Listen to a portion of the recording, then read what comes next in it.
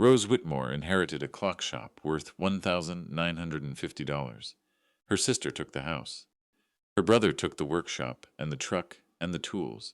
She got a building the county had flagged for roof repairs and a key that didn't turn smoothly anymore. She went in alone, with a flashlight and a can of machine lubricant she found in her car.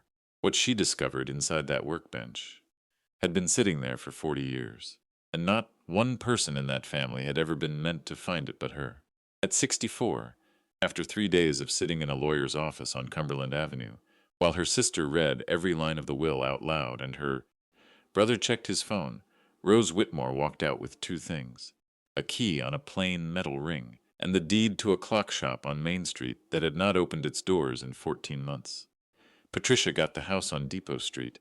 4 bedrooms, the screened porch their grandfather had built by hand in 1987, the backyard where he had grown tomatoes and kept a small garden of herbs Rose could still name from memory. The appraisal came in at $214,000.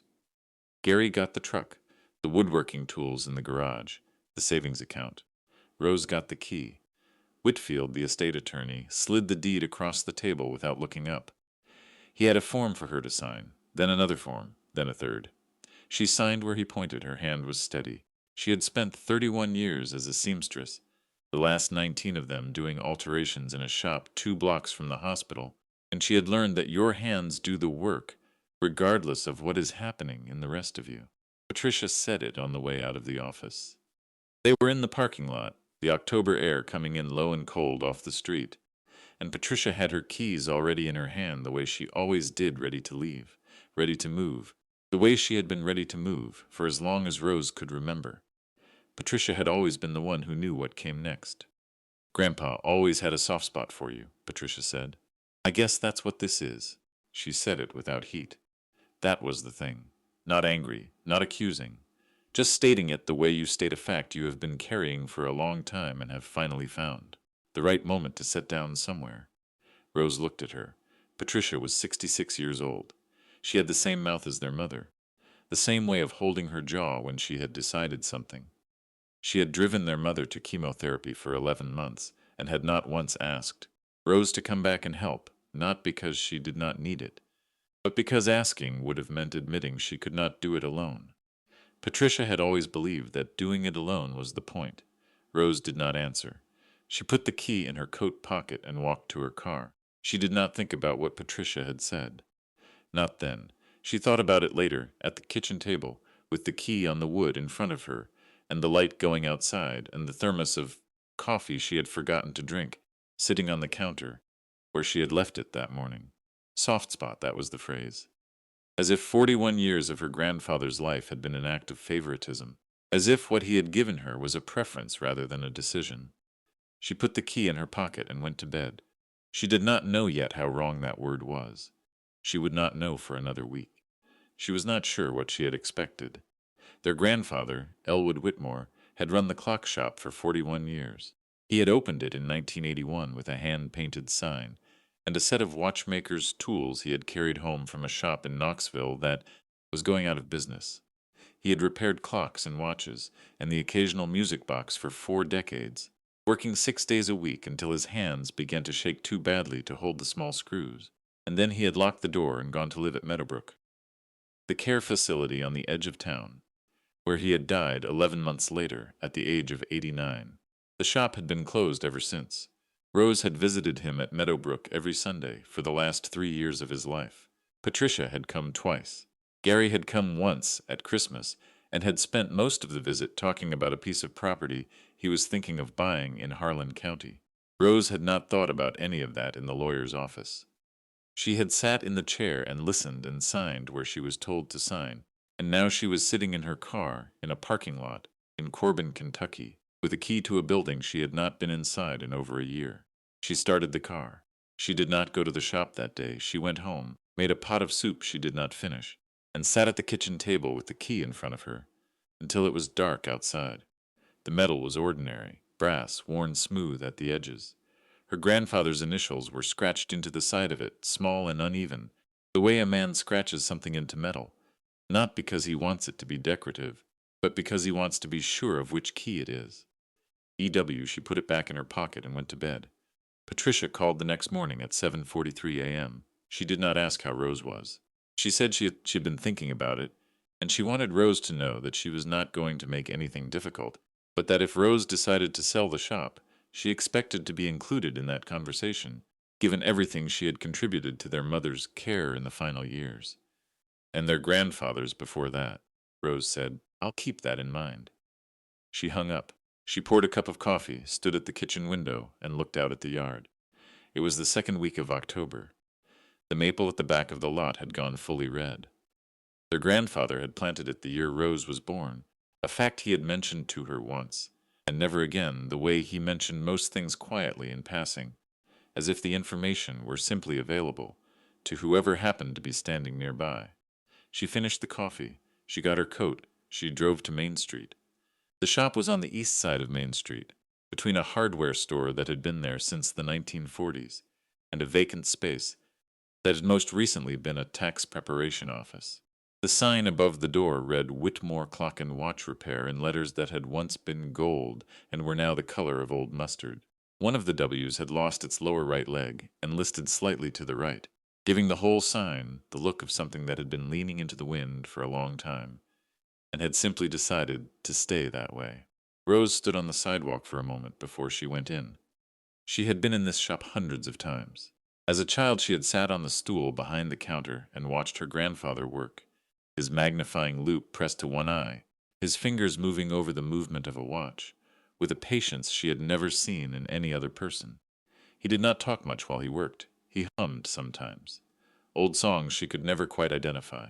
The shop smelled of machine oil and cedar, and something she had always thought of simply as time, though she understood now that what she had been smelling was the slow accumulation of dust and metal, and the particular stillness of a room full of things whose entire purpose was to measure what was passing. She put the key in the lock. It turned on the first try. The door swung inward. The smell hit her before anything else. Cedar, machine oil, dust. And underneath all of it, faint and familiar, the same talc her grandfather had used every morning, for as long as she could remember, as if the walls had absorbed 40 years of him and were not yet ready to let it go. She stood in the doorway for a moment. Then she went inside. The clocks were still running. That was the first thing she understood. Standing in the dim light with the door open behind her, and the October air coming in at her back. Every clock on the wall, and there were dozens of them, grandfather clocks and mantel clocks and wall clocks and small battery-operated clocks her grandfather had accepted as trade-ins and never gotten around to returning. Every one of them was running, ticking, some in sync, most not. The sound was not loud. It was layered, overlapping, a texture more than a noise, like standing at the edge of a forest and hearing all of it at once. She had not expected that. Her grandfather had wounded them before he left. Or had someone come in to do it while the estate was being settled? She did not know. She made a note to ask the attorney's office. Then she thought about what it would have cost her grandfather, in the weeks before he went to Meadowbrook, to come down here and wind every clock in the shop. His hands had been shaking badly by then. She had watched him try to button his shirt at the care facility one Sunday, and had looked away so he wouldn't see her looking.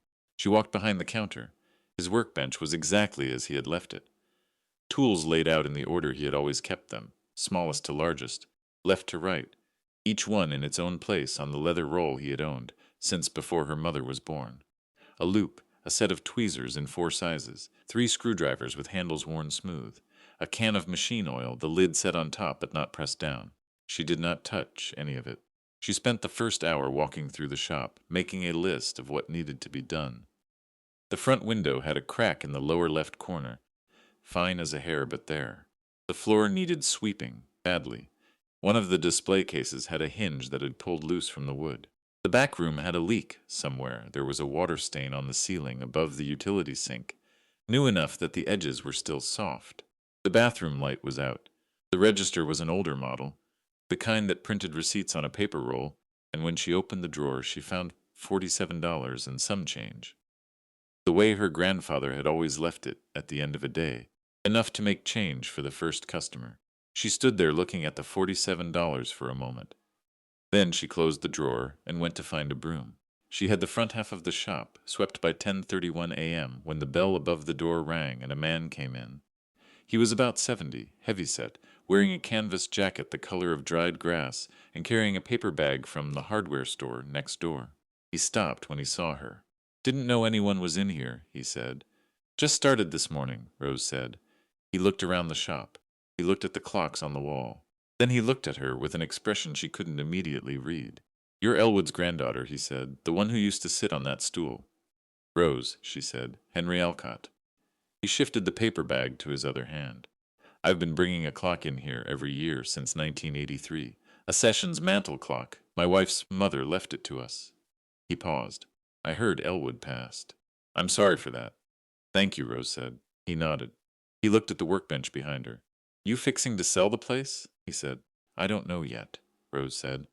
It was the truth. She had not let herself think past today. Today was sweeping. Today was making the list.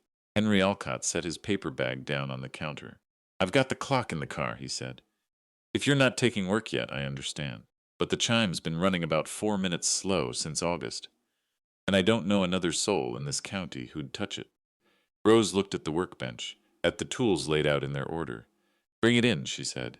She was not a clockmaker. She had never pretended to be. But she had watched her grandfather work for the better part of 60 years, and she knew the Sessions movement well enough to know what 4 minutes slow usually meant. And when Henry Alcott came back through the door carrying the mantel clock wrapped in a towel, she set it on the workbench and looked at it for a long moment before she picked up the loop. She found the problem in 20 minutes. A worn click spring, the same issue she had watched her grandfather fix on a clock almost identical to this. One when she was 11 years old. She did not have the right part. She told Henry so. "I can order it," she said. "It'll take a few days." "That's fine," Henry said. He was sitting on the stool behind the counter, the stool she used to sit on as a child, and he did not seem to notice or care that he had simply sat down without being invited. "You going to open back up then?" "I don't know," Rose said again. "Elwood would have wanted you to." She did not respond to that. She wrote down the part number in the notebook her grandfather kept next to the register. The same kind of notebook he had always used. A black composition book with his handwriting on the cover. Whitmore Repairs. The handwriting was shaky, the letters larger than they used to be. But they were there. Henry stayed another hour. He talked about her grandfather, the way people in small towns talk about someone who has been a part of the place long enough to become part of its furniture, not with great ceremony, but with the easy familiarity of someone describing a thing they had always assumed would be there. Elwood had fixed his wife's clock every year, had refused to charge him after her wife died, had said when Henry tried to press money on him that a clock that was keeping good time was payment enough. "He said that?" Rose said. "Every time," Henry said.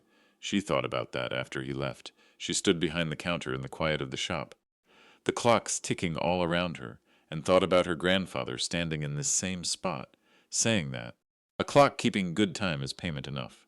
I want to stop here for a moment, because what Rose did not know yet, what none of us knew, was that the shop had not been empty all those months.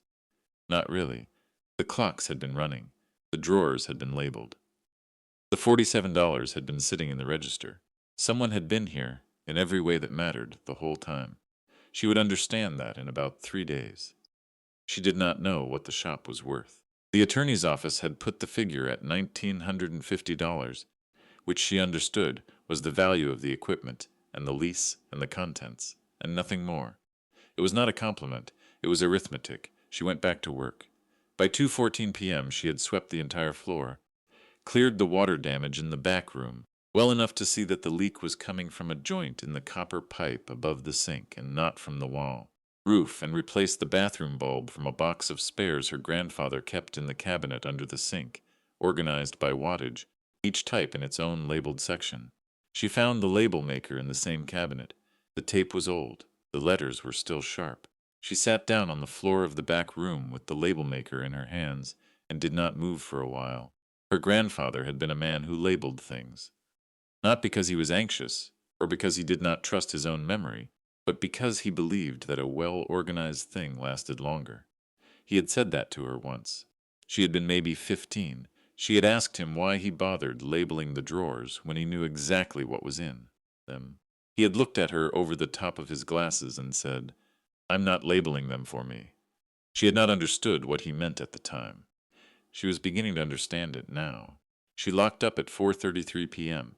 The crack in the window, the hinge on the display case, the parts to order for Henry's clock. A full list, 2 pages in the composition book, her handwriting next to her grandfather's. She sat in the car before she started it. Patricia had called again while Rose was working. She had not answered. There was a voicemail she had not listened to. She looked at the phone on the passenger seat for a moment. Then she put the car in reverse and pulled out onto Main Street. The maple at the back of her yard was darker when she got home. The light was going earlier now.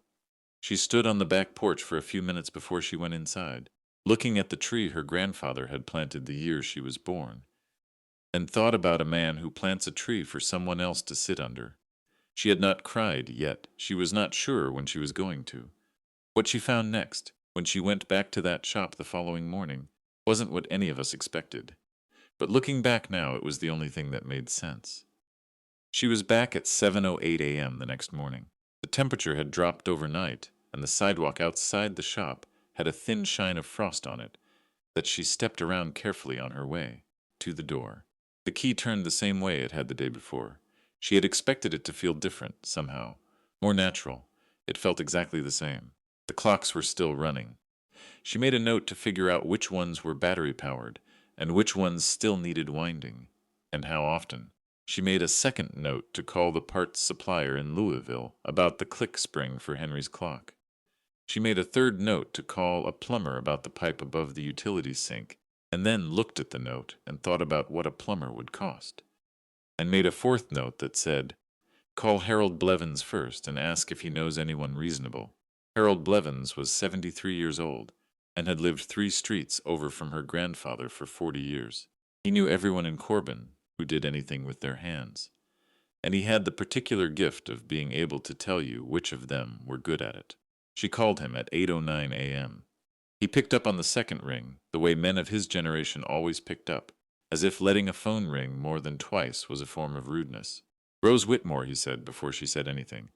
"I heard you were opening the shop back up." "I'm not sure yet," she said. It was becoming a refrain. "Well, good," he said, as if she had said yes. "What do you need?" She told him about the pipe. He was quiet for a moment, then gave her the name of a man named Curtis Reeve, who had done good work on the radiators at the Methodist Church, and would not overcharge her. He also told her, without being asked, that the hardware store next door had ordered in a supply of clock hands over the summer, because someone had told them a repair shop was going to reopen, and they had wanted to be ready. He did not say who had told them that. She thanked him. She hung up and sat with the phone in her hand for a moment. Then she called Curtis Reeve. He came at 2:47 p.m. and fixed the pipe in 40 minutes, and charged her $60, which she paid from the 47 in the register, and he told her on his way out that Elwood had fixed a mantel clock for his grandmother about 20 years ago, and had refused any payment, and that he considered the $60 a fair exchange. She did not know what to say to that. She said thank you. He waved a hand and left. This kept happening. Over the next 4 days, as Rose worked her way through the list in the composition book, people appeared. Not in large numbers, not all at once, but steadily the way water finds its level. The woman from the framing shop 2 blocks down, who brought a pot of soup and said she had been watching the lights on in the shop and wanted to make sure someone was eating. The retired schoolteacher who came in with a bag of cleaning supplies, because he had heard the shop was getting sorted out, and he had extra. The man from the hardware store next door, whose name was Dale, who came in on the 3rd day and replaced the cracked window glass himself without being asked, and would not take anything for it except a cup of coffee, and while he drank it, told her that Elwood had fixed a clock for his mother every single year for 30 years, and had charged her cost for parts, only never labor, because she was on a fixed income, and he had known her since before Dale was born. Rose listened to all of it. She was building a picture.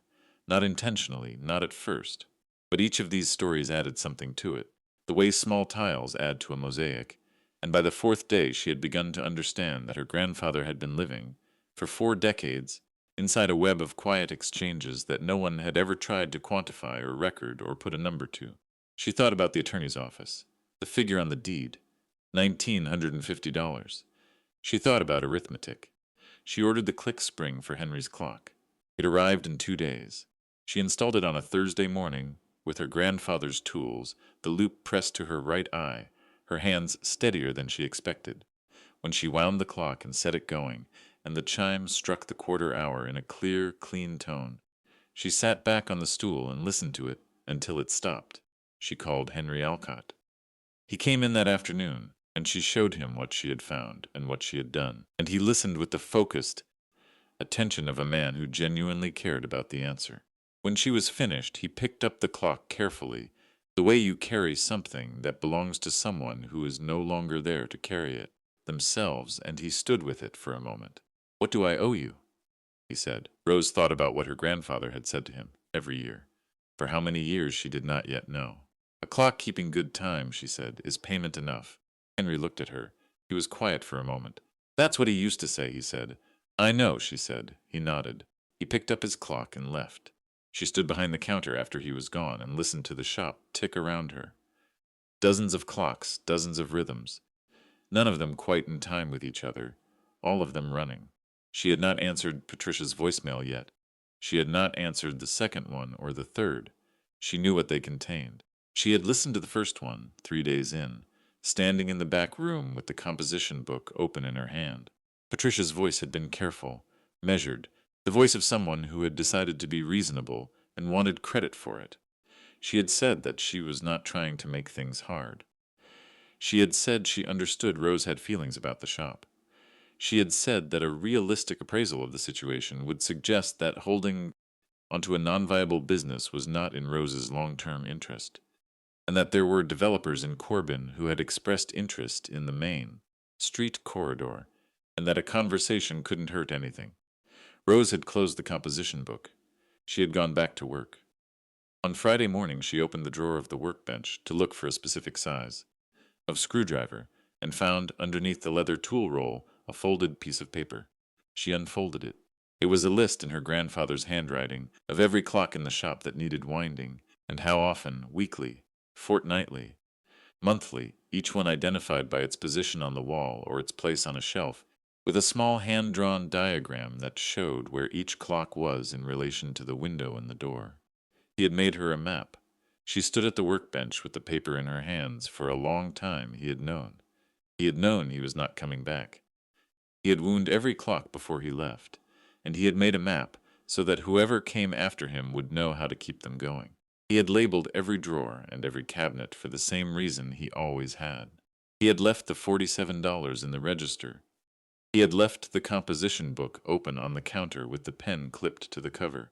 He had left all of it for her. She did not know yet how she knew that. She just knew.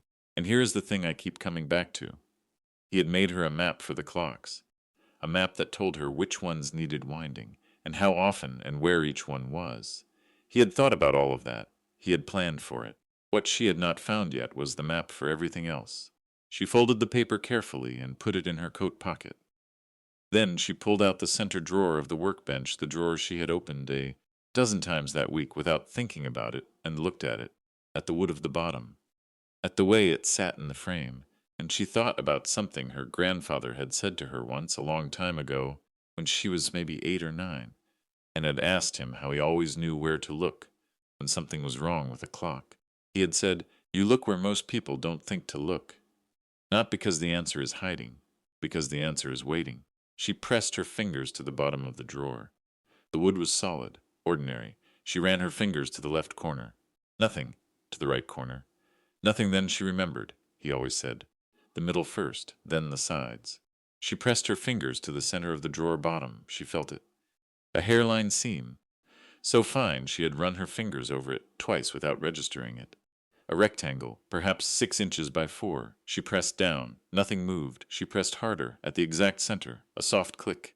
And then the bottom of the drawer shifted. She did not open it right away. That was the thing she thought about afterward, when she tried to describe it to people who asked.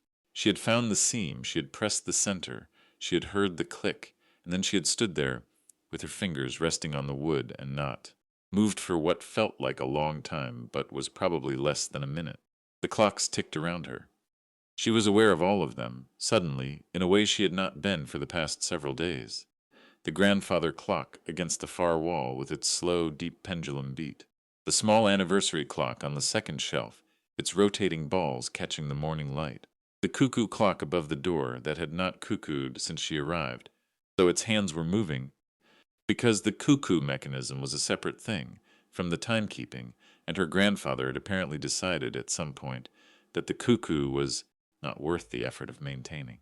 She had learned that from the map. She pressed the panel again. It rose perhaps a quarter of an inch, hinged at the back. Not a hidden room, not a passage. A compartment built into the false bottom of the center drawer, deep enough to hold whatever he had put there, and narrow enough that you would not notice it unless you were looking, or unless you remembered that a certain old man had always said, "The middle first, then the sides." She lifted the panel fully. Inside was a key, not the key to the shop, different, older brass, the same worn color as the key she carried in her coat pocket, but longer with a more complex bit, the kind of key that opened something with actual tumblers rather than a simple pin lock. A tag was tied to it with a piece of cotton twine, the kind her grandfather had kept on a spool in the supply cabinet. On the tag, in his handwriting smaller than the composition book, more careful, the writing of a man trying to hold his hand still, were two words. Back wall. She stood at the workbench for a moment, with the key in her hand. Back wall. She looked at the back wall of the shop. She had looked at it 100 times in the past week. It was paneled in the same dark wood as the rest of the shop, floor to ceiling, the panels running vertically in sections about 2 feet wide. Her grandfather had hung a few things on it, a framed certificate from the American Watchmakers Clockmakers Institute, dated 1974, the glass slightly yellowed at the edges. A calendar from 1989 that he had apparently kept for reasons she did not know. A small wooden shelf at eye level holding 3 carriage clocks in various states of repair, their movements exposed, their cases open. She walked toward it. She ran her hand along the panels, left to right, starting from the corner nearest the utility sink and moving toward the center. The wood was smooth and cool. Old growth, she thought. The kind of wood they did not use for paneling anymore because there was none of it left. Her grandfather had installed this himself in the early years of the shop. She knew that because he had told her, once, that he had spent 2 weeks on it and had made every joint by hand. She pressed each panel as she moved along. The third panel from the left gave slightly under her hand. Not a click, not a latch, just a give, a softness as if the wood behind it were hollow. She stepped back and looked at it. It looked exactly like every other panel. The grain ran the same direction. The color was the same. The seams on either side were the same width as every other seam in the wall. But when she pressed it again, she felt it a faint flex, the response of something that was not solid behind it. She looked at the key in her hand. She looked at the panel. She ran her fingers along the right edge of it, down from the top, and at about shoulder height she found it. A small brass plate, perhaps an inch square, set flush with the surface of the wood, and painted over so many times that it was nearly invisible, unless you were looking at the right angle, in the right light. In the center of the plate was a keyhole. She looked at it for a moment. She pressed the key in. It fit. She turned it. A sound came from inside the wall, not a click, but a series of them, soft and sequential, like a mechanism releasing one stage at a time. She counted 3, then silence. Then the panel moved, not inward, sideways. It slid, smooth and almost soundless, on a track she had not known was there, disappearing behind the adjacent panel, and leaving an opening perhaps 18 inches wide and floor to ceiling tall. The air that came out was different, drier, cooler, the smell of cedar concentrated, as if the space had been packed with it, and underneath that, something she recognized without being able to immediately name, a faint, clean smell, mineral and still, the smell of metal that had been kept very still in a very dry place for a very long time. She stood at the opening. The space behind the wall was not a room. It was a cavity, perhaps 3 feet deep and 8 feet wide, running the width of the back wall between the shop's interior paneling and the exterior brick. Her grandfather had built it when he installed the paneling. She understood that now. He had pulled the paneling out from the brick and framed the space and put it all back together so that it looked like a wall, because that was what he wanted it to look like. She stood at the opening and let her eyes adjust.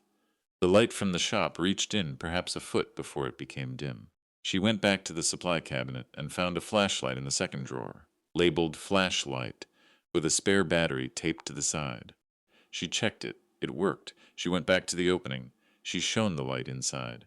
The clocks were arranged on shelves her grandfather had built into the back of the cavity, running floor to ceiling on both sides, leaving a narrow aisle down the center wide enough for one person to stand in. There were perhaps 40 of them, perhaps more. She did not count right away. She moved the flashlight slowly across each shelf, left to right, top to bottom. Bracket clocks in ebonized cases, their brass fittings dark with age. A Vienna regulator, its long pendulum hanging still in the dry air, its case the color of old honey. 2 carriage clocks with enamel panels on their doors, the enamel still vivid deep blue, the kind of blue that does not fade when it is kept in the dark. A skeleton clock under a glass dome, its movement fully exposed, every gear and spring visible, the whole thing so delicate it looked as if it had been assembled by someone working with a different, finer set of hands than the rest of us are given. She moved the light up. On the top shelf, running the full width of both sides, pocket watches, dozens of them. Some in cases, some loose. Some with chains still attached. The chains draped over the edge of the shelf in careful loops. Each one had a small tag tied to it with cotton twine. She reached for the nearest one, a gold hunter case, the surface worn to a soft mat at the edges where it had been opened and closed thousands of times. The tag said, Illinois Watch Co., 1909, 21 jewel. Running, she opened the case. The dial was white enamel with black Roman numerals, the numerals still sharp. A subsidiary seconds dial at the 6 o'clock position. She looked at the hands. They were still. She wound it gently 2 turns of the crown. Felt the mainspring catch. Set it down on her palm. It began to tick. She held it in the dark of the cavity with the flashlight in her other hand, and listened to it tick and was aware, in a way she had not been prepared for, of the sound of all the clocks outside the wall, ticking without her grandfather, running because he had wounded them before he left, keeping time for a room he was not in any more. She did not speak. There was no one to speak to. She stood in the opening of the wall her grandfather had built and let the smell of cedar and old metal settle around her, and did not move for what the clocks outside would have measured at approximately 4 minutes, though it did not feel like time at all. Then she turned the flashlight to the shelf nearest the opening on the left side, and she saw, on the lowest shelf, at eye level, a wooden box. Not a clock case. A box perhaps 12 inches long and 8 inches wide, made of walnut, with a brass clasp on the front and no lock. Her grandfather's initials were inlaid on the lid, in a lighter wood, maple perhaps. The inlay fitted so precisely that it lay flush with the surface. E.W. She looked at it. She did not open it. Not yet. She stood in the dim space with the pocket watch ticking in her hand and the box at eye level, and the clocks measuring the silence on the other side of the wall.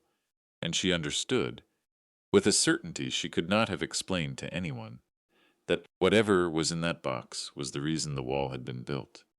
Not the clocks, not the collection, the box. Everything else was the preparation. This was the thing she was supposed to find. She picked it up. It was heavier than it looked. She carried it out of the cavity and set it on the workbench under the lamp, and she stood there looking at it with both hands flat on the workbench on either side of it. And she did not open it, not yet, because she had learned something in the past week that she had not known she needed to learn. Some things are worth taking your time with. She put the key back in her pocket. She went to the front of the shop and turned the sign in the window to closed. She came back to the workbench. She sat down on the stool, then she opened the box. Inside, laid on a bed of dark green velvet, were 3 things. The first was a small leather notebook, its cover worn soft as cloth, the pages thick with her grandfather's handwriting.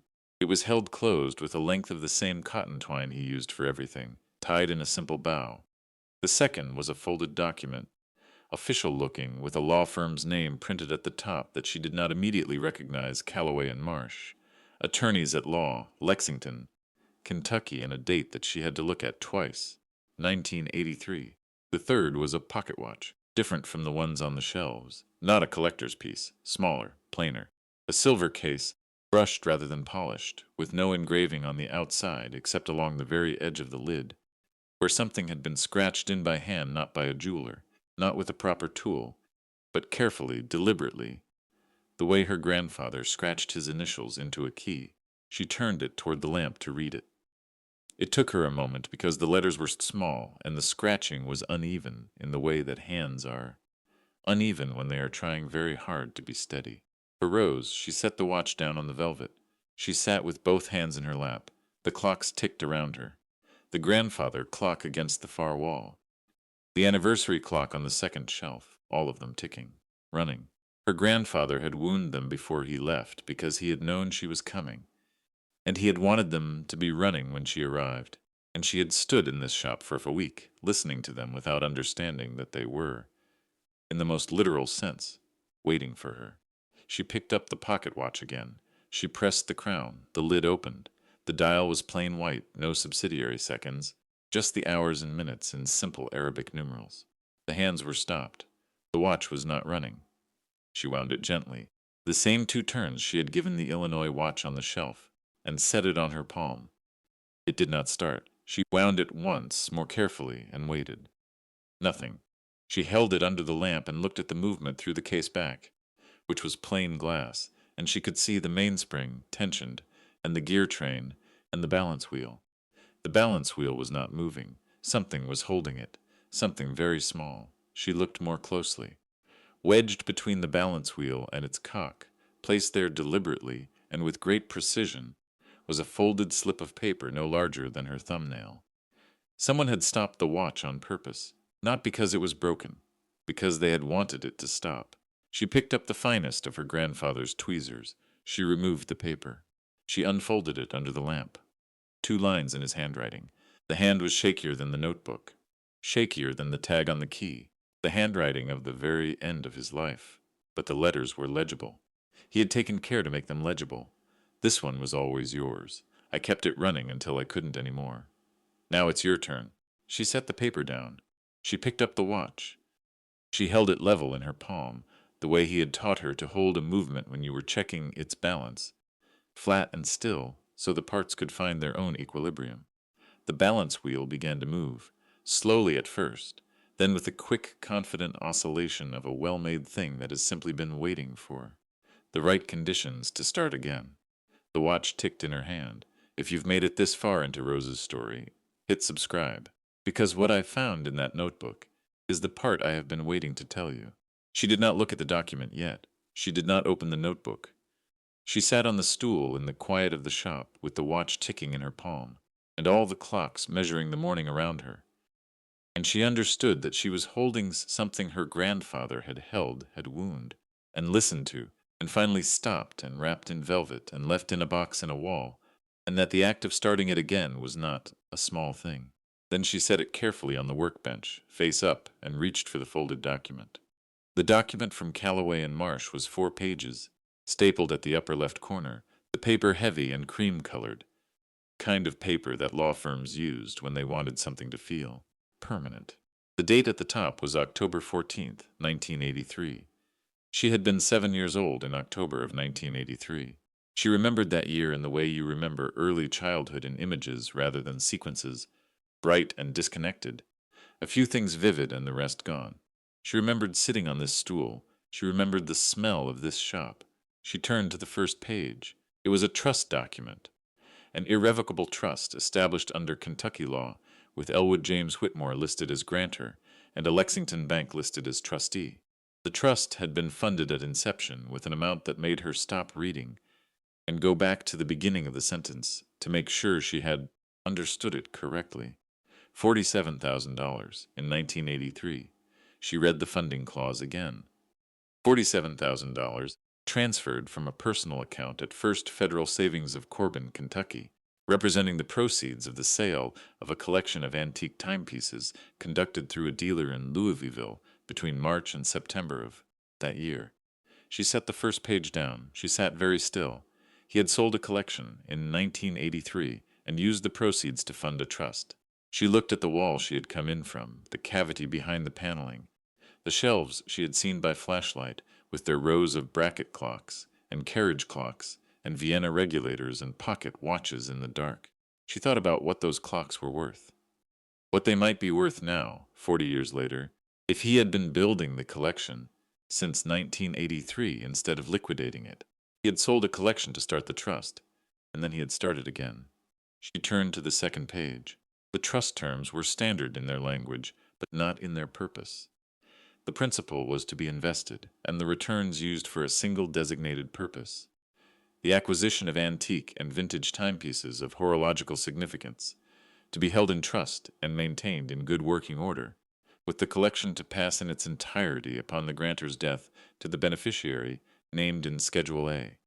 She turned to Schedule A Rose Ellen Whitmore, her name, her full name, written in the formal language of a legal document in 1983, when she was 7 years old, and sitting on a stool in this shop, watching her grandfather work.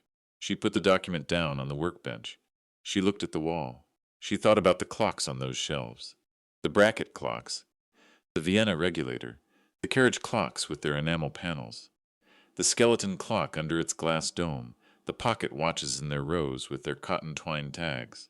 She thought about what a Vienna regulator in good condition was worth, what a collection of 40 or more antique timepieces, assembled over 40 years by a man who knew exactly what he was looking at, might be worth. She picked up the document again and turned to the final page. At the bottom, below the signature lines and the notary's seal, there was a handwritten note in the margin, not part of the official document, added later, in ink that was slightly different from the rest, the handwriting older and more careful. Collection appraised November 2022. Total value per Harmon and Associates, Louisville, $287,000. She read it again. $287,000. She set the document down a second time and did not pick it up again for a while. The grandfather clock against the far wall struck the half hour, a single resonant note that moved through the shop and faded. Then the other clocks, the ones with chimes and the ones with bells and the one near the window with a small ship's bell mounted on its case, each of them marking the same moment in their own voice, overlapping, a brief chorus and then silence, and then just the ticking again. She did not open the notebook immediately. She went to the back room and ran cold water from the tap, and stood at the utility sink with her wrists under it for a moment, the way she did sometimes when she needed to think clearly. The pipe Curtis Reeve had fixed 2 days ago held without dripping. She noticed that. She noticed small things now in this shop. She had not been a person who noticed small things particularly before this week. She dried her hands on the towel hanging from the cabinet door. She went back to the workbench. She untied the cotton twine from the notebook. The cover was leather, dark brown, softened with age, and handling to the texture of something almost living. There was no title on the cover, no dates, just the leather, and on the inside of the front cover, in the ink her grandfather used for everything, a medium blue. From a fountain pen she had watched him refill dozens of times a single line. For the record, she turned to the first page. The notebook was not a diary. It was not a journal in any conventional sense. It was a ledger. Every page was the same: a name, a date, a description, and a note in the right margin. The entries were chronological. The first one was dated February 3, 1981. 3 weeks after the shop opened. Marvella Coates, 78. Sessions mantel clock, rear strike train worn, repaired. No charge fixed income, husband recently passed. Note, brought a piece of pie, left it on the counter. She turned the page. March 17th, 1981. Harold Sizemore, 84. Belgian pocket watch, mainspring replaced. No charge, cannot see well enough to wind it himself. Note, very proud man, did not want to accept. Told him the parts cost $3. He paid $3. She turned another page. April, May, June, each page the same format. A name, an age, a repair, a note. No charge. She mentioned she hadn't slept well in months since her clock stopped, and the silence kept her awake. No charge. He walked 4 miles to bring it in. Said it was his wife's. She passed last winter. No charge, 91 years old, lives alone. Told me his granddaughter used to wind it for him before she moved to Cincinnati. She turned pages. The handwriting stayed consistent through the 1980s, precise, upright. The handwriting of a man who had been taught penmanship by someone who took it seriously. In the 1990s, it loosened slightly. In the early 2000s, it became the handwriting she recognized from the composition book on the counter. By the 2010s, the letters were larger, the lines less even, the hand working harder to produce the same result. But the entries never stopped. She counted as she went. Not every entry was no charge. There were paying customers interspersed throughout. Their repairs noted with amounts paid. The money presumably what kept the business running well enough to sustain everything else. But the no-charge entries came regularly, sometimes twice in a week, sometimes 4 or 5 times in a month, always with the same notation. Elderly, alone, fixed income, recently widowed, cannot manage the mechanism anymore. She was somewhere in 1997 when she found her own name for the first time.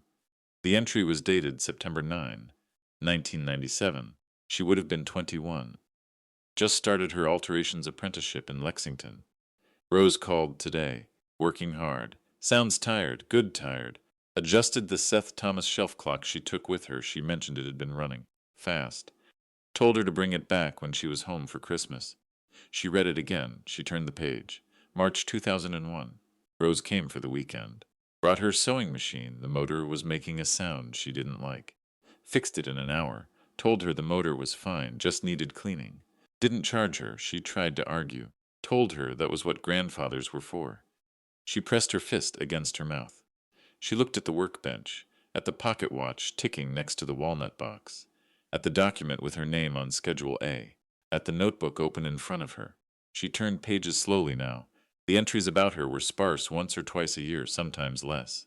A visit noted, a clock she had brought home, a phone call, but they were there every year, woven into the ledger of all the other names, all the other repairs, all the other old people who had walked into this shop or sent someone on their behalf because they needed to know what time it was and could not afford to fix the thing that told them. She found the final entry dated about her on a Tuesday in March, 4 years before he went to Meadowbrook. Rose asked me today why I kept the shop when I could have retired years ago. Told her I wasn't ready to stop yet. She accepted that. She is good at accepting things she cannot immediately change. She gets that from her grandmother. What I didn't tell her, I keep the shop because of the names in this book. Every one of them needed something I could give. That is not a small thing. That is not something you retire from. She set the notebook down. She sat on the stool for a long time. Outside on Main Street, a car went past, then another. The hardware store next door opened. She heard Dale's key in his lock. Heard him pull up the security grate. Heard the muffled sound of his radio starting. The cuckoo clock above the door, which had not cuckooed once since she arrived, chose this moment to attempt it. The door opened, the mechanism ground. The cuckoo emerged perhaps a quarter-inch and stopped, and the door closed again. She almost laughed. She picked up the notebook again and turned to the last pages. The entries grew shorter as the handwriting grew harder to produce. The final dated entry was November 18th, 2022, 2 months before he went to Meadowbrook. Agnes Holbrook, 91, anniversary clock, suspension spring broken, repaired, no charge.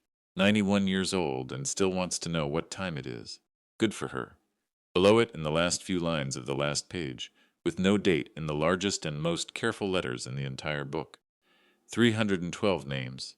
41 years. If a clock is running, it still has work to do. She closed the notebook. She held it in both hands for a moment. Then she put it down and picked up the folded document one more time, not to reread it, just to hold it. She turned it over in her hands the way her grandfather had turned things, watches, movements, cases, to look at all of them from every angle before deciding what needed to be done. She sat on the stool for a long time. She thought about a question she had asked him once, a Tuesday afternoon, maybe 7 years ago, sitting in the back room of the care facility with the window open and the sound of a lawnmower somewhere outside. She had asked him why he had never shown her the shop's back room. He had looked at her over the top of his glasses, that same look, the one she had been seeing since she was 6 years old, and said, "I was waiting until you were ready to understand what it was for." She had thought he meant the tools, the storage, the utilities. She understood now that the question he had been answering was a different one, entirely. He had not been waiting for her to be ready for the room. He had been waiting for her to be ready for the reason the room existed. 312 names, 41 years. The reason was the same reason for all of it: the tree, the map, the trust document in 1983, her name on Schedule A when she was 7 years old. He had not been building a collection. He had not been running a shop. He had been writing a letter, one repaired clock at a time, for 40 years, addressed to someone who could not read it yet. She was reading it now. She thought about Patricia. Patricia had called 5 times, had left 4 voicemails, each one slightly more reasonable in tone than the last. which meant each one slightly more insistent than the one before. Rose had listened to all of them now.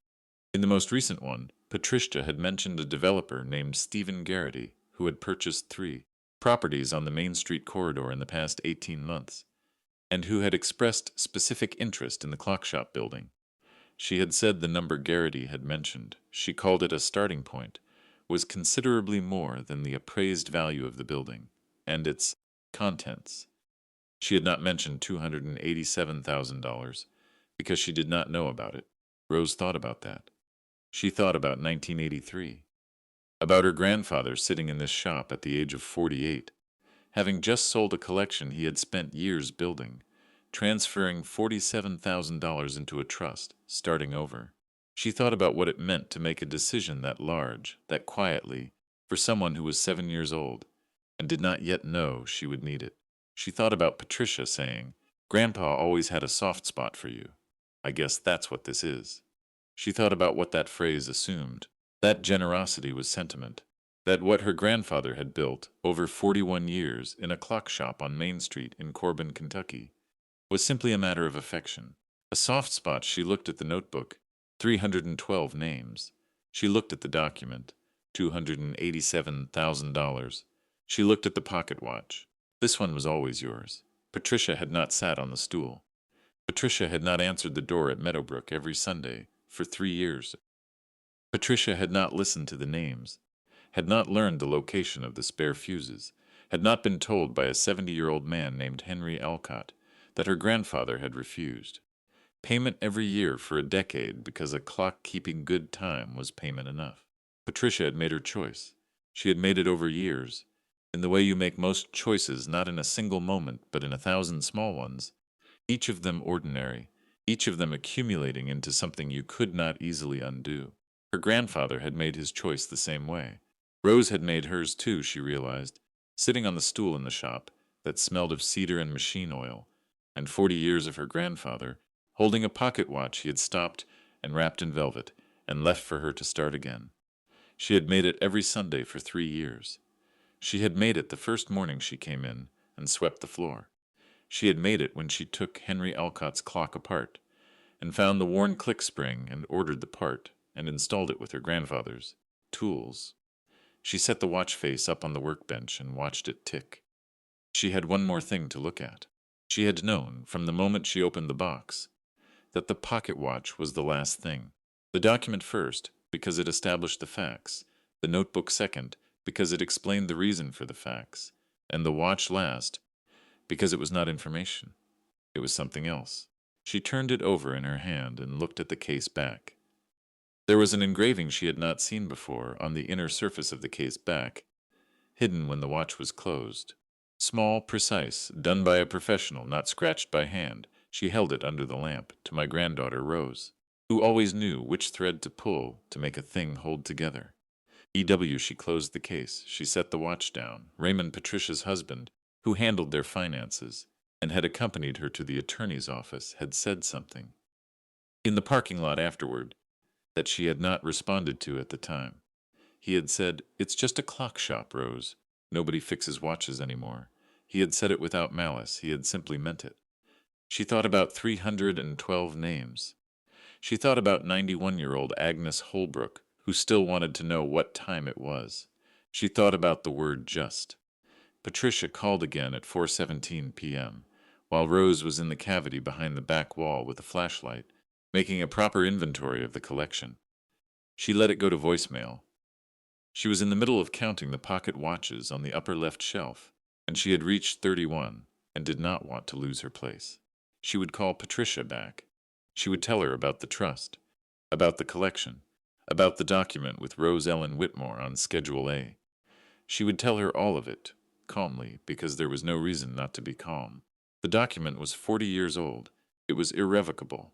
It had been established by a man who had understood, in 1983, that clarity was a form of kindness, that leaving things uncertain was its own kind of unkindness, and that the people you loved deserved to know, as precisely as possible, what you had intended. Patricia would be quiet for a long time. She would not apologize. Rose did not expect her to. What Patricia believed that she had contributed more, that she was owed more, That the soft spot had been an injustice was not something a phone call was going to resolve. Rose understood that. She had spent 31 years as a seamstress. She knew that some tears ran along the grain and some ran against it, and that the ones that ran against it required a different approach. She finished counting the pocket watches, 38. She wrote the number in the composition book. Then she went back out into the shop, slid the panel closed, turned the key, and stood for a moment in front of the sealed wall with her hand flat against the wood, feeling the coolness of it, the solidity of what her grandfather had built there. She took her hand away. She went to put the kettle on. Dale, from the hardware store, knocked on the front door at 4:45 p.m., just as the kettle was finishing. He had a box under his arm and an expression that suggested he had been working up to something. She let him in. "Brought you something," he said. He set the box on the counter. Inside, wrapped in newspaper, were 6 boxes of clock hand lubricant, a set of mainspring winders in 4 sizes, and a box of assorted click springs. She looked at him. "Had them in the back," he said. "Been there since my father's time. No use to me." He paused. "Figured they might be use to you." She thought about what to say. She said, "Thank you, Dale." He nodded. He looked around the shop the way he always did when he came in. The slow look of someone cataloging what was the same and what had changed. "You going to open back up?" It was the question everyone asked. "Yes," she said.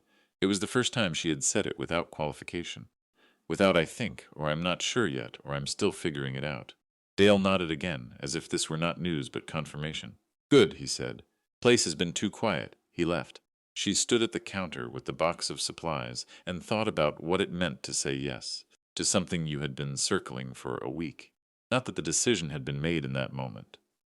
The decision had been accumulating the same way. Everything in this shop had accumulated slowly, carefully, over time, one piece placed next to another until the shape of it became clear. She poured her tea and took it to the workbench.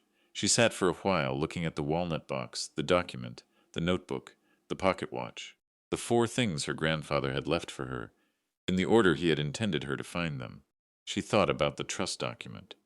$287,000. She thought about what that number meant in practical terms, not as an abstraction, not as a figure on a page, but as a material reality. It meant the collection could be held. It meant the shop could be maintained. It meant she did not have to choose between keeping her grandfather's work alive and keeping her own life solvent. He had understood in 1983 that she would need both. She was not sure that was a soft spot. She was not sure what to call it. She thought about the name Patricia had used in her voicemail. Stephen Garrity, the developer.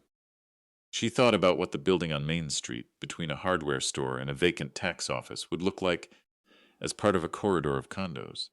She thought about what it would mean for Agnes Holbrook to need her anniversary clock repaired, and to discover that the shop where it had always been repaired was now a building with a different name on it, and that there was no one in the county, or possibly in this part of the state, who would touch it. She thought about 91 years old, still wanting to know what time it was. She picked up the composition book and opened it to the current page, the one with her own handwriting filling the lines below her grandfather's. She added an entry. November 8th. Full inventory of collection complete. 41 pieces, bracket and mantel clocks. 38 pocket watches. 3 carriage clocks, enamel panels intact. 1 Vienna regulator, pendulum still. 1 skeleton clock under dome complete. Total appraised value per Harmon and Associates, 2022. $287,000. She put the pen down. She would call Calloway and Marsh in Lexington on Monday morning. She would speak to whoever had drafted the trust document in 1983, or whoever had inherited the file, and she would begin to understand the mechanics of what she had inherited and what it required of her. She would call Henry Alcott and tell him what she had found, because he had known her grandfather for 40 years and deserved to know, and because she thought he might not be entirely surprised. She would not call Patricia tonight. She would call her tomorrow, in the morning, when she was rested and the light was good, and she had her grandfather's notebook in front of her, and the watch in her pocket, and the shop around her, ticking. She stood up from the stool. She put on her coat. She put the pocket watch in her coat pocket, where the key to the shop had been all week, and she felt them settle together, the key and the watch, the practical and the given, the thing that opened the door, and the thing that told you what time it was. She turned off the lamp over the workbench. She stood in the dark for a moment, listening. The clocks ticked around her, all of them. The grandfather clock, the anniversary clock, the cuckoo clock above the door that could not quite manage its own cuckoo. Dozens of mechanisms in dozens of cases, each one keeping its own time. None of them quite synchronized, all of them running. She went to the door. She turned the sign to closed. She stepped out onto Main Street and locked the door behind her and stood for a moment on the sidewalk with her hand still on the key. The street was quiet. The hardware store was dark.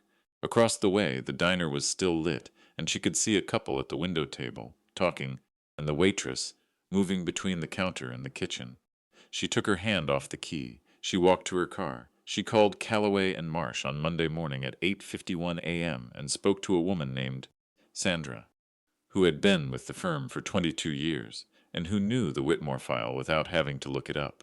Sandra told her that the trust had been maintained in good standing since 1983, that the corpus had grown through conservative investment to just under $340,000 inclusive of the collections, appraised value, and that the transfer of the collection to Rose as sole beneficiary was straightforward and could be completed within 30 days, pending standard documentation.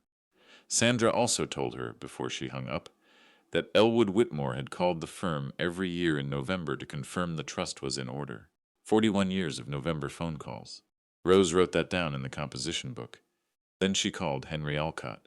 He arrived 20 minutes later, still wearing his canvas jacket, and she told him everything. She set the walnut box on the counter and showed him the document, and the notebook, and the pocket watch, and the engraving on the case back, and she watched his face while she talked. He did not interrupt. He listened the way her grandfather had listened fully, without preparing his response while she was still speaking. When she finished, he was quiet for a moment. He picked up the leather notebook. He turned to the first page. He read the first entry. He turned a few more pages, reading slowly. Then he set it down and looked at the wall at the back of the shop. I knew he had something back there, Henry said. She looked at him. Not what, he said, just the way he moved around that wall, always careful, like it was different from the other walls. He paused. A man who works with mechanisms his whole life, he moves differently around things that matter. You notice after 40 years. She thought about that. Did he ever say anything to you? She said. Once, Henry said. About 6, 7 years ago. I asked him what he was going to do with the shop when he couldn't work anymore. He said he already knew what was going to happen to it. Said it the way you say something that's been decided for a long time. Henry looked at the notebook. I thought he meant he was going to sell it. He did sell it, Rose said. To me, for $1. Henry looked at her. It's in the trust document, she said. Schedule C. Transfer of real property to beneficiary upon grantor's death. Consideration $1 to be paid from the trust corpus. Henry was quiet for a moment, then he said, That sounds like Elwood. She opened the shop the following Tuesday. She did not advertise. She turned the sign from closed to open at 7:30 a.m., unlocked the door, and went back to the workbench where she was in the middle of cleaning the movement of a French mantel clock she had taken from the collection, a piece she had identified from her grandfather's inventory notes as needing service before it could be displayed. The first customer came in at 8:17 a.m. She was 83 years old, and her name was Pauline Drury, and she had a battery-operated wall clock in a paper bag that had stopped working 3 months ago. She set it on the counter and explained, in careful detail, that it had belonged to her late husband, and that she had tried 2 new batteries without result, and that she was not sure what else to do. Rose looked at it. The battery contacts were corroded badly, the kind of corrosion that came from a battery left too long in a damp room. A 10-minute job, she cleaned the contacts. She put in a new battery. She set the clock running and handed it back. Pauline Drury held it with both hands and looked at it for a moment. What do I owe you? She said. Rose thought about 312 names in a leather notebook. Nothing, she said. Come back if it gives you any more trouble. Pauline Drury looked at her over the clock. You're Elwood's granddaughter, she said. It was not a question. Yes, Rose said. Pauline Drury nodded slowly, as if something had been confirmed that she had already suspected. He fixed this clock for me 6 years ago, she said. Wouldn't take anything then either. She paused. I always thought I'd find a way to repay him. Never did figure out how. She left with the clock running under her arm. By the end of the first week, Rose had taken in 11 jobs.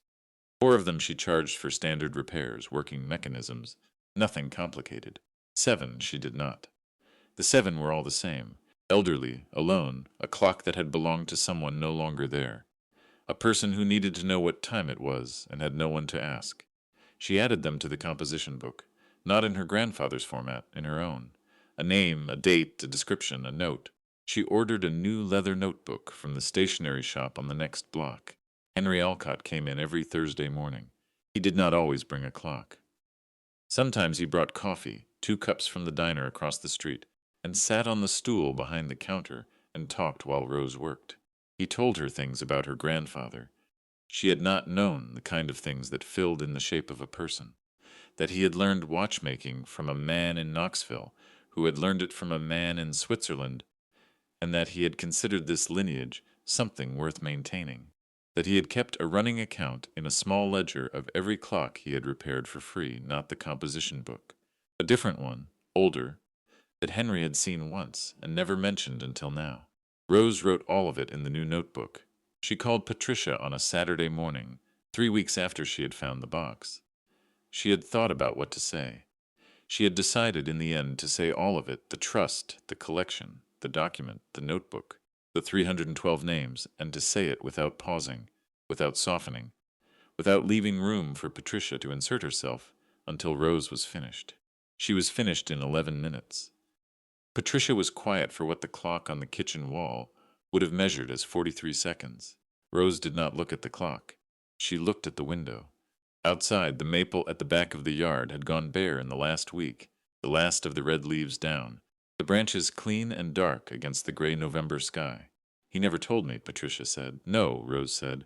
A pause then, he could have told me. Rose thought about the November phone calls to Calloway and Marsh. 41 of them. Every year the same call, confirming the trust was in order. A man who planned for 41 years and made sure everything was in place, that man, had made a decision about what to tell Patricia and what to leave alone. He told you what he thought you needed to know, Rose said. He told me the same. Patricia was quiet again. Longer this time. Rose let the quiet be what it was. She had spent 31 years working with fabric, and she knew that some materials, when you pulled on them, pulled back. You could not force them. You waited for them to find their shape. I stayed, Patricia said finally. It was not an accusation. It was not an argument. It was the plainest thing she had said in the entire conversation, and the weight of it was different from everything before it. 3 decades in 2 words. The 11 months of chemotherapy. The Sundays she had not had because someone had to be there. The Nashville job she had not taken in 1994 because their mother had her first episode that fall, and Patricia had been the one who answered the phone. I know, Rose said. I just. Patricia stopped. Started again. I thought that's what it meant. Staying. Rose did not answer right away. She looked at the bare maple. She thought about a man who planted a tree for someone he loved before they were old enough to sit under it. She thought about the fact that he had never told her about the tree, either not directly, not as a gift or a gesture, just mentioned it once in passing the way he mentioned most things. It did mean something, Rose said. It always did. Patricia was quiet for a moment. Then she said, I'm not going to fight it. I want you to know that. I know, Rose said. I didn't think you would. That was not quite true. But it was what the moment required, and some moments require you to be slightly more generous than what is strictly accurate. They spoke for another 10 minutes about things that had nothing to do with the shop, about Gary's property in Harlan County, about their mother's friend who had moved into assisted living, about a cousin's daughter getting married in the spring. Ordinary things. The kind of things you say when you are trying to find your way back to ordinary, and not quite there yet, but moving in the right direction. When they hung up, Rose sat at the kitchen table with the phone in front of her. She did not know what Patricia would do with it, with the knowing. With the stayed, some things, once said, settled into a new shape and held. Some kept shifting. She had spent 31 years working with fabric, and she understood that what a material did, under tension, depended entirely on how it had been made, and that you could not always predict it until you applied the pressure and watched. She would wait and see. She had learned in the past 3 weeks that some things were worth taking your time with. She went back to the shop. Henry Alcott organized the community dinner. He did not call it that.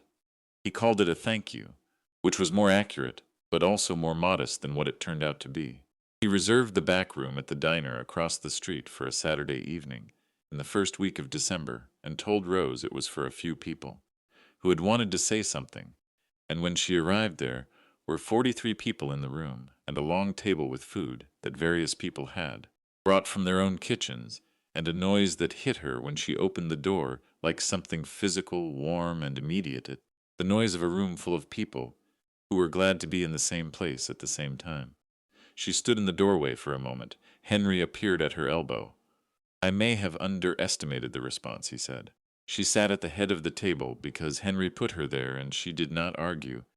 And she ate and listened and was spoken to by people she had met in the past 2 months, and people she had not seen since childhood, and people she was certain she had never met at all, each of them with some version of the same thing to say. Marvella Coates' daughter, 71 years old, who said, "My mother talked about your grandfather until the day she died. She said he was the only person in town who never made her feel like a burden." A man named Curtis Webb, who said he had been one of the 7 children in a family that had never had much, and that Elwood Whitmore had quietly paid the electricity bill for their house 3 winters running in the 1980s, a fact his mother had not told anyone until she was on her deathbed. Pauline Drury, who came with her clock in the paper bag and set it on the table in front of Rose and said, "I thought I'd never figure out how to repay him. I think maybe this is close enough." An elderly man named Walter Foss, who had brought his wife's anniversary clock in a box under his arm, who sat down next to Rose and told her that his wife had died in March, and that the clock had stopped the same day, and that he had not been able to bring himself to fix it because it felt like something that should not be forced, and that coming here tonight felt like the first thing that had felt right in 8 months. Rose looked at the clock in its box. She said, "Bring it into the shop on Monday. We'll look at it together." He nodded.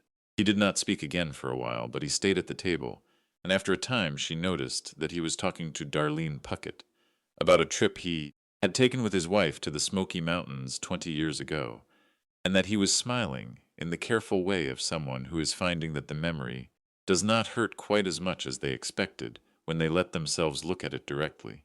She did not stay until the end. She left at 9 o'clock p.m., after the food was mostly gone and the room had reached the comfortable lower volume of people settling into longer conversations, and she walked across the street to the shop and let herself in and stood in the dark with the door closed behind her. She put her hand in her coat pocket. The key was there. The watch was there. She took the watch out and held it in her palm in the dark, the way she had stood in the cavity behind the back wall on the day she found it and felt it tick. She thought about 41 years. She thought about 312 names. She thought about a man who had planted a tree the year she was born, so that she would have something to sit under when she was old enough to want the shade. She put the watch back in her pocket. She reopened the shop officially on the second Tuesday of January. She had a new sign made the same lettering as the old one, the same colors, but with all the letters whole and level, and below the original name, in smaller letters, Est. 1981. Elwood J. Whitmore. Continued 2024. She had not been sure about the continued. Darlene had said it was right. Henry had said it was right. She had thought about it for 3 days, and concluded they were correct. The morning she hung the sign, Henry came to watch. He stood on the sidewalk with his hands in his jacket pockets, while she and Dale from the hardware store used a ladder and a level, and a considerable amount of discussion about whether it was plumb. When it was done, Henry stood looking at it for a long time. "He would have liked that," he said. "I know," she said. She went inside and turned the sign in the window to open. She went to the workbench. She unrolled the leather tool roll, his tool roll, the one he had owned since before her mother was born, each tool in its own place, smallest to largest, left to right, the same order he had kept them for 41 years. She picked up the loop, his loop, the one with the small crack in the barrel that he had wrapped with electrical tape sometime in the 1990s, and never replaced because it still worked, and pressed it to her right eye. She picked up the pocket watch from the corner of the workbench where she had left it the night before, ticking, and set it in front of her under the lamp. She went to work. A clockmaker understands time differently than the rest of us. He knows it cannot be saved. It can only be given. Elwood Whitmore gave his one repaired watch at a time for 40 years. What Rose Whitmore understood, standing in a shop full of running clocks on a January morning, was that her grandfather had not left her a business. He had left her a practice.